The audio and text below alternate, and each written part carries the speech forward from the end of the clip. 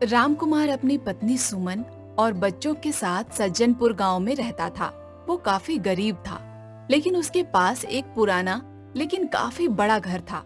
उस घर में कई कमरे थे और ऊपर बड़ी सी छत थी।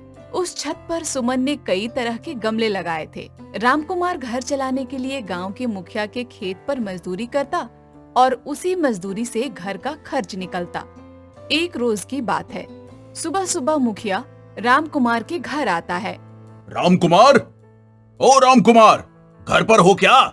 जी मुखिया जी, क्या बात है? घर कैसे आना हुआ? अरे क्या बताऊं, रात में जानवरों ने सारी फसल बर्बाद कर दी। सारे के सारे टमाटर खराब हो गए। अब तो 2 महीना बाद सीधे धान ही लगाऊंगा, तो अब 2 महीने खेत मत आना। बस यही बताने आया था। अरे मालिक, फिर मेरा घर कैसे चलेगा? ऐसे तो हम बर्बाद हो जाएंगे। अब मैं क्या कर सकता हूं? तुम कोई और काम देख लो। मुखिया के ये बोलते ही वहाँ से चला जाता है और रामकुमार सिर पर हाथ रखकर बैठ जाता है। उसे परेशान देख सुमन और मीना वहाँ आते हैं। अरे, आप इतना परेशान मत होइए, बस 2 महीने की ही तो बात है। मैंने कुछ रुपए बचाए हैं, उससे 2 महीना आराम से निकल जाएगा। हाँ पापा, आप इतना परेशान मत हो, कोई ना कोई रास्ता खोज लेंगे। सुमन और मीना हताश हो चुके रामकुमार को घर के अंदर लाती हैं और बिस्तर पर बैठा देती हैं। उसके बाद मीना अपने पापा को पानी देती है और छत पर चली जाती है। मीना छत पर खेल रहे अपने भाई को सारी बात बताती है। अरे, ये सब कब हुआ? मीना, अब हम लोग क्या करेंगे? क्या पता सोनू, पापा काफी परेशान हैं। परेशान होने की तो बात है, क्या पता 2 महीने बाद भी मुखिया काम न दे, तब हम कहाँ जाएंगे? सोनू की बात सुनते ही मीना सोच में पड़ जाती है। दोनों भाई बहन तुरंत नीचे आते हैं और अपनी चिंता माँ को बताते हैं। तुम लोग बोल तो सही रहे हो, लेकिन तुम्हारे पापा तो पहले से ही काफी परेशान हैं। इन बातों का ये सही समय नहीं है। मीना, जरा 2 कप चाय बना दो। चाय पीने के बाद शायद तुम्हारे पापा को कुछ अच्छा महसूस हो। मीना तुरंत चाय बनाने बैठ जाती है। सोनू भी बहन के साथ रसोई में पहुंच जाता है। मीना, अगर हमारे पास अपना कोई खेत होता तो कितना अच्छा होता। हाँ, वो तो है। खेत होता तो हम पापा की मदद भी कर पाते। कुछ ही देर में मीना की चाय बन जाती है और वो मम्मी पापा को चाय देकर सोनू के साथ छत पर चली जाती है। दोनों भाई बहन छत पर लगे अपने गमलों में पानी देने लगते हैं। गमलों में पानी देते देते सोनू के दिमाग में ख्याल आता है। मीना, जब हम छत पर गमले लगा सकते हैं तो हम यहाँ खेती भी तो कर सकते हैं। कर तो सकते हैं। हमारी तो छत भी काफी बड़ी है। चलो माँ से पूछते हैं। सोनू और मीना तुरंत नीचे आते हैं और माँ को सब बताते हैं। माँ सुनने के बाद सोच में पड़ जाती है। वहीं बगल के कमरे में लेटा रामकुमार तीनों की बातें सुन लेता है। वो सोचते सोचते उनके पास आता है। बच्चों, मैंने तो कभी ऐसा सोचा ही नहीं। हमारी इतनी बड़ी छत है और इतने सालों से हम इस पर सिर्फ कुछ गमले ही लगा रहे हैं। जब गमलों में पेड़ हो सकते हैं तो खेती भी हो ही सकती है। हाँ, बस थोड़ी मेहनत करनी पड़े। पापा, छत पर खेती होगी तो हम उसकी अच्छे से देखभाल भी कर सकेंगे और यहाँ किसी जानवर का भी डर नहीं। हाँ, ये तो सही कहा। तो हम छत पर कौन सी फसल लगाएंगे? सुमन, ये सब तुम मुझ पर छोड़ दो। कल सुबह से ही मैं इस काम पर जुट जाऊंगा। बच्चों, अब जाकर मैं अच्छा महसूस कर रहा हूँ, वरना तो मेरा दिल ही बैठा जा रहा था। चलो सुमन, अब कुछ अच्छा सा खाना खिलाओ। सुमन अपने पति को खुश देख चैन की सांस लेती है और खाना बनाने लगती है। थोड़ी ही देर में खाना बन जाता है और चारों साथ में खाना खाकर सोने चले जाते हैं।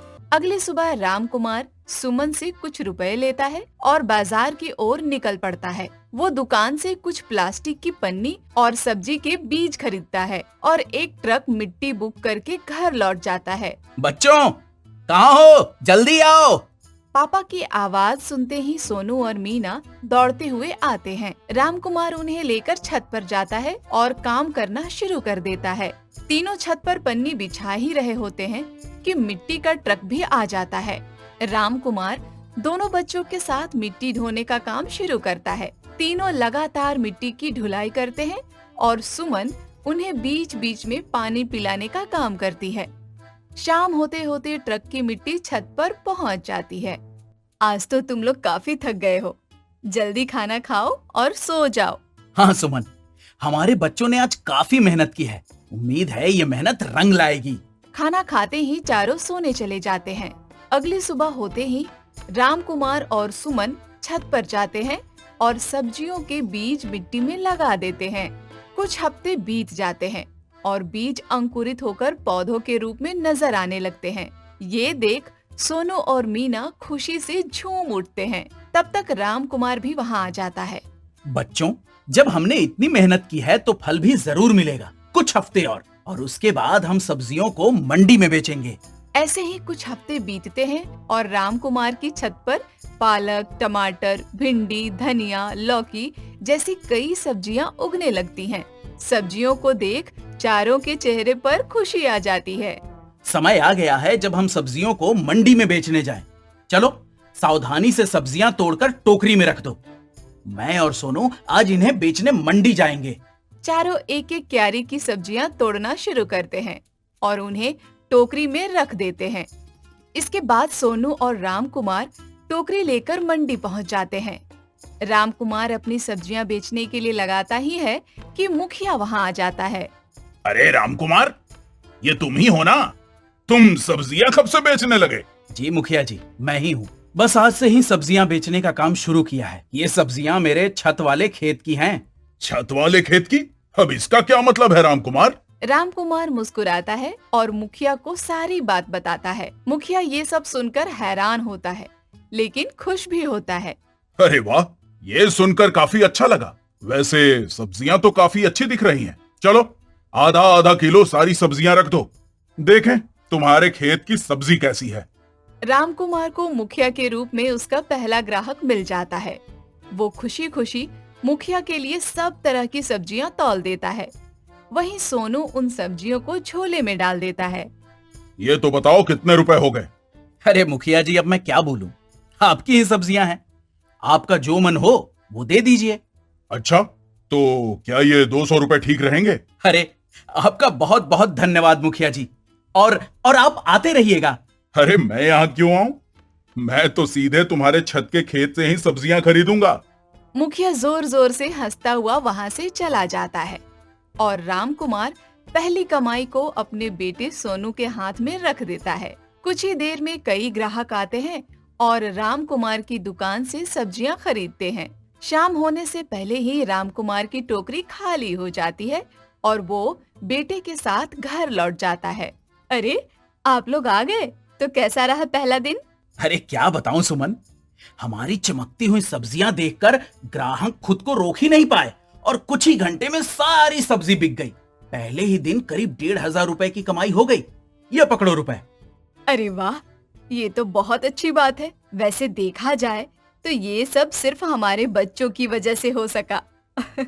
हाँ सुमन, तुम ठीक कह रही हो। अगर इन दोनों ने छत पर खेती का आइडिया नहीं दिया होता तो आज शायद मैं कहीं मजदूरी ही कर रहा होता। पापा को भावुक देख सोनू और मीना उनके गले लग जाते हैं और उनके आंसू पोंछते हैं। अब राम कुमार अपने परिवार के साथ मिलकर अपनी छत पर खेती करता और उन सब्जियों को बेचकर रुपए कमाता। देखते ही देखते वो अपने इलाके में छत पर खेती के लिए काफी मशहूर हो जाता है। आसपास के लोग उसके खेत को देखने आते और वहीं से सब्जियां खरीदते। कुछ ही समय में रामकुमार की कमाई बढ़ जाती है और वो खुशी खुशी अपने परिवार के साथ रहने लगता है।